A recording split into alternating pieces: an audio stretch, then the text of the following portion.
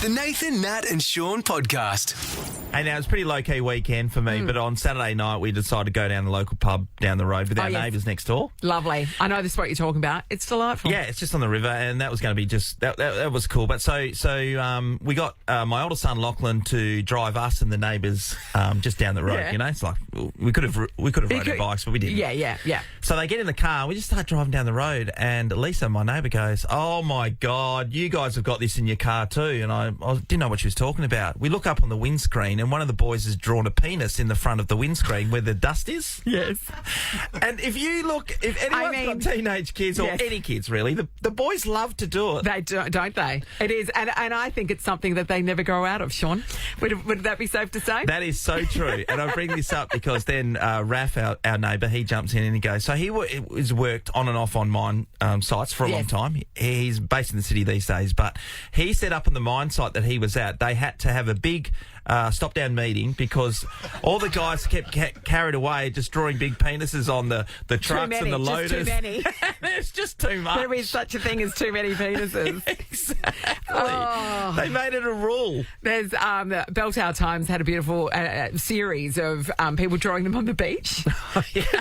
I mean, they don't last forever. They're just transient penises. But, a beautifully drawn penis is a work of great art, isn't it? As soon as we go down south, take Megan's car down there, as soon as it gets dust on it, which it does from day one, it's the whole back of the car. You go on one gravel road and then it's a canvas. Of penises. Never gets old. Never gets old. This is the Nathan, Nat and Shaun podcast. I had an incident the other day, Friday afternoon, just minding my own business. As you do. And my glasses fell apart. Now, that happened one time here at work, and I had to spend the whole morning with them because I can't read without them, and you have to read a lot of things in this show. And similarly, I'm like, I need my glasses for the weekend. I was hosting the Cat Haven quiz night on Saturday night. I need to be able to read, right? So, sorry, now I want to jump in. When you last had your glasses and they were skew whiff on your face because just hanging in one arm. It was one of the great days. Thank you. It just took me back there for a second. Well, that's what I was faced with, a weekend of that. And I'm like, no, I'm going to sort this out. So luckily, I found the screw, the tiny little screw that holds them together. It had dropped onto the carpet, and I managed to pick that up, and I'm like, I need to keep this screw safe for my journey to Garden City, where I'm going to go into the optometrist there and get them to repair it for me. Oh, easy. And so I'm like, how do I keep this safe? Because it is tiny. And so I went, I know, I'm going to put it on a piece of sticky tape, fold sticky tape over, and then sticky tape it to the existing, the loose arm, and put them all in the glasses case and take them in all together as one lot. It's going to make everything easier. Aren't I a great person? They must have loved you when you walked in with this, and that's the easiest thing in the world. I know, right? I've really helped them out. And so I went to OPSM. I'm sorry, OPSM. And the girl said, no problem. And she went to fix it. And she spent, I reckon, the next 10 minutes trying to undo the sticky tape.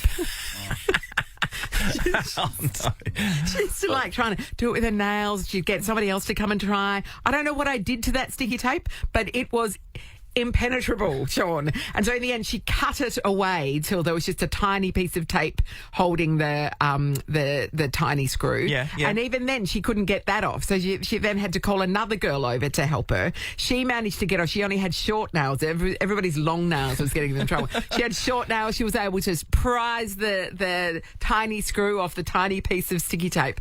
And then they spent the next 5 minutes trying to get that screw to go back in where I know it came from because it was hold them together. Couldn't do it. It didn't work. In the end, they had to go and find another screw to use to put my glasses back together. So my whole effort of me trying to help these people made everything worse and made a 5-minute job take about 20 minutes. Oh, I know. You were doing the right thing. I thought that was a great idea. I know, right? In essence, in principle, I really thought it through and found it was solutions focused. What I didn't think through was being able to open the sticky tape again. I needed to put a little, how you fold over the end so that then there's a little handle. Oh, yes. That's where I went hideously wrong. I would love to say that I've helped people out, but I just don't have the skills to be able to think forward enough to be able to come up with an idea of that. And or if I try to help people out like you did, there's guaranteed it'd be guaranteed to be a failure. Well, yes, as mine was, because I did not help them. I made their job harder and it was very close to closing time. I'm so sorry. I'm so sorry. They did a great job. And that's something they do for you. They don't even charge you for it. So they do all that was free labour as well. So do I we want to feel hear bad. from people? Just make you feel better? Yeah. Did you try to help, but actually you made things worse? Yeah, that sounds right. Yeah. Yeah. Katie's in Meadow Springs. Hi, Katie. Hi, guys. Morning, Katie. Now, Katie, when did you think you were helping, but actually you made the situation worse? It was so bad. So I was at a little school down south. I didn't have much to do that day, so I went round to every classroom. I was like, give me all your laminating. I'll get all your laminating prep done. That's Yeah, good. awesome. That's so helpful. Yes. Oh, I know. I was like, old stuff, me. So I gathered all this. It was probably 200 sheets, and I started putting it through. And I forgot to sort of stop and let the thing cool down. And I went to make a cup of tea or something, and I set the thing on fire. Absolute shocker. And because we were there, and I don't know if you know, planning, there's no shops, so no one could buy a new laminator. So we were down that for a couple of weeks. It was absolutely terrible. Well, are Katie. you telling me there's no office works in Katanning? There's nothing. Not at the time. So, yeah, I think we ended up borrowing one from another school. But, yeah, I wasn't trusted with it from that point. No, Mate, you it's lost a big deal, the laminating You job. lost your laminating privileges for life, I Yeah, would think. Honestly, yeah. I didn't even know Katie. that I've honestly never used a laminator. Me And neither. I know We've we've got got one one here, but I didn't know that they get too hot and you've got to let them cool down. Is that a thing? Harry, I'm looking at you. You've got laminating I experience. have laminated, yeah, they do, and you've also got to not put when the plastic comes out, not put them together because they'll stick together as well. Yeah. it Great gets real laminating hot. advice. Cheers. Thank you. Thanks, Katie. Sharon's in Jindalee. Hello. Hello, how are you? Wonderful, Sharon. Were you trying to help, but you actually made things worse? Yeah, so I was literally at Aldi the other day, and there was this little old woman who was struggling with the trolley. So I said, I'll help you. So I sort of got the trolley out for her and then fixed the bags and pushed her to the entrance and everything. And then she just sort of looked at me and gave me a little smile. And then her husband came over and said, have you not put that trolley away yet? She was actually putting it away, but I was getting it back out for her. But she was too nice to say anything. Oh, look at that. Forcing shopping trolleys on little old ladies. Sharon, brilliant. Sharon, I appreciate the fact that you were just trying to be nice, but yeah, sometimes that's too good. That is gold. That's perfect. That's exactly what we're looking for, everybody. Anthony's given us a call from Safety Bay. Anthony, what were you up to? What were you trying to help with? Hey guys, I was trying to help a friend with a broken down car, and on the way there, I was pulling up over a hill at a set of lights, and another car hit me at about 80 kilometres at the back of my car. Oh, no. So yeah, it wasn't. It was more so that it was just didn't help myself really. Yeah, Oh, that's no. a bummer. That stings. Because when you're helping somebody else, you think that karma should be looking out for you, don't you? You think that because you're being a good person, nothing bad can happen to you, right? No, 100%. This was like about an hour and a half drive away to help another friend as well. It wasn't just around the corner, and it was stuck in the middle of nowhere. Oh, mate, Anthony, that's a stiff one. Yeah. We know deep down you're a good person. Thank you. You deserve better. You do. Emily, hello. Morning, guys. How are you? Hey, good, Emily. Did you try and help but actually made things worse? I tried. My best mate was having trouble with her toddler sleeping. We both work full-time. I've already got 3 kids at home. So this one weekend I said, why don't you just bring her over, leave her with me for the weekend. I'll have a bad night's sleep that night, and at least you can go to work that week feeling refreshed. You're a great friend, Emily. Oh, I don't sleep anyway with my kids, so it's fine. But I gave her toddler hand, foot and mouth. My 2 little ones had brought home from daycare, hand, foot and mouth. They were in the contagious period before showing signs. I had no idea. Was thinking that it was odd they were all irritable this weekend. And I sent her home with hand, foot and mouth, and we all had the worst week the next week. Oh, Emily. See, it came from a good place. You were trying to be a really good person, but yeah, you made things way worse. Oh, Absolutely. It was horrendous, the poor little kids. you monster. Nathan, Nat, and Sean podcast. So yesterday, Sean, I went to Kitchen Warehouse because tomorrow is my dog's birthday and I'm baking a cake. Not for the dog. I am making little dog treats, but at the dog park there is going to be a birthday party for him. He's turning 11, so that is significant age. You don't know how long you got them for. So what does that make it in dog years? Yeah, so he's in his late 70s, yeah.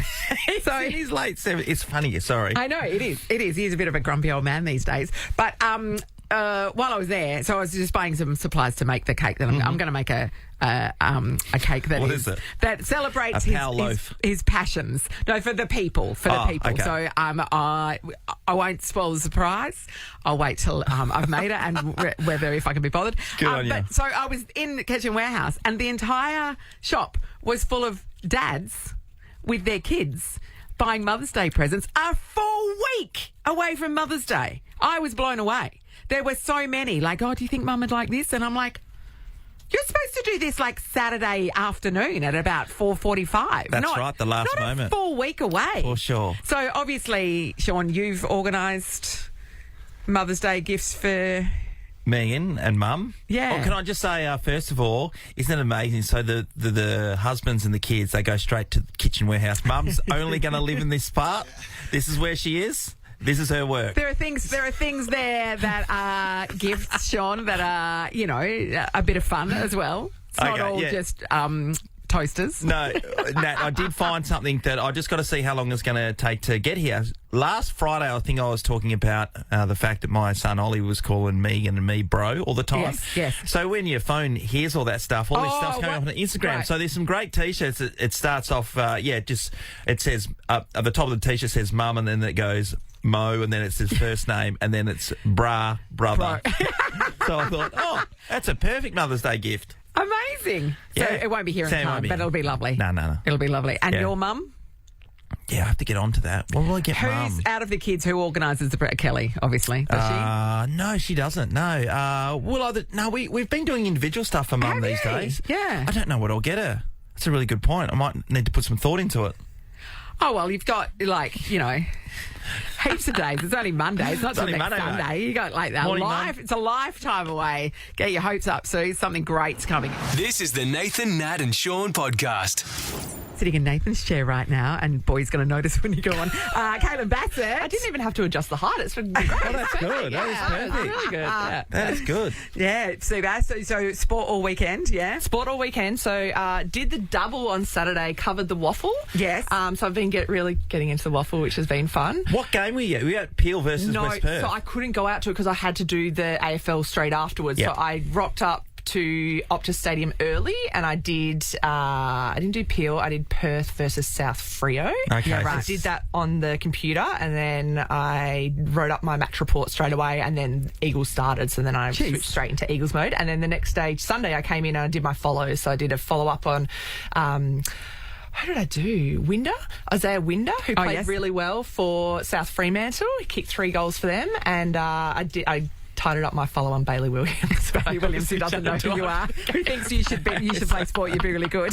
How many words do you have to do for those little articles? It just depends. So I went to Northern last week because the announcement that the West Coast Eagles are going to be playing against Perth, and so it's all very exciting going there. So I went there thinking that I would only have to write out 500 words, and I got back and my boss said, "Oh yeah, so we'll make that into about 1,000." Oh. And so it was 6 o'clock, and I was still at work tapping away because there's nothing worse than when the pressure's on. You have to write as many words. So it fluctuates. It could be 300 for a quick hit. It could be 500. Probably do 700 for Isaiah today. So yeah, it just depends what you get. What did you pad out the Northern story with? Lots of interviews. All about really the good. O'Driscolls. Oh yeah. Oh mate, I went into saw their Hall of Fame. It was fantastic. So many players: Darren Glass, Bobby Hill, Chance Bateman. Yeah. Why are so many great AFL players from that area? From Northern, the Wheatbelt area and that sheep and farming area, it's so big. They're so passionate about their footy. The Avon Valley. The Longmuir, are they Condinin or Quarter? They're the Quarter kids. Yeah. Gamelling is where the cars are from. Oh, yeah, right. That's amazing, all isn't out there, it? mate. They Nothing love else to do. It's throwing around sheep. But back then, back say in the 80s and 90s, that country football league was so strong. Yeah, and that was part of the conversations I was having, and they were like, well, you went down and watched your dad play, and then, you got to play in the Colts team, and then maybe you got to play with dad later on, and on the weekend, AFL, it was like a whole town event. Everyone would come down to the game, get in their cars, beep their horns. Yeah. Like, country footy is fantastic. It is, isn't it? The beeping of the horns when somebody kicks a goal, that's the best bit, isn't it? Oh, it's so amazing. Good. It's amazing so to get good. around there. And Yeah. you know what? The other thing is the bus trips, because you might be driving a couple of hundred Ks to play a game on a Saturday. Yeah. And the canteen's always good. Always good. The one thing I didn't realise is that if you're playing, quarter or playing Gamelling, for example, everyone's playing. So the netball club, hockey, and you might go from playing hockey to then putting the boots on or changing your boots from grass cats to moulded soles and going out there and playing the long stops and going and playing the footy. It's awesome. It's so good, isn't it? Now, when you're doing your stories, so you do yours. I write a column for the Sunday Times. Yep. Is there a number of words that you have to come up with? Yeah, it's about 800, between 700 and 800. So, yeah, that's exactly what happens. And it's due Monday-ish, and so I submit on Tuesday, obviously. But it's like, this time every week I start to think, what am I going to write about today? That's the worst when you get throw around like... And you can't, for me, like for Caitlin, it's like what's happening immediately. It can't be something that ages out too quickly because it's not published till next Sunday. So you it's either got to be a bit of a universal theme or something that everybody's going to be talking about for a week. I know. Nice. What do you write about, Sean? Yeah, we should get you Just on get action. get your crayons out. Willies, the usual. Nathan, Nat and Sean is a Nova podcast. For more great comedy shows like this, head to novapodcasts.com.au.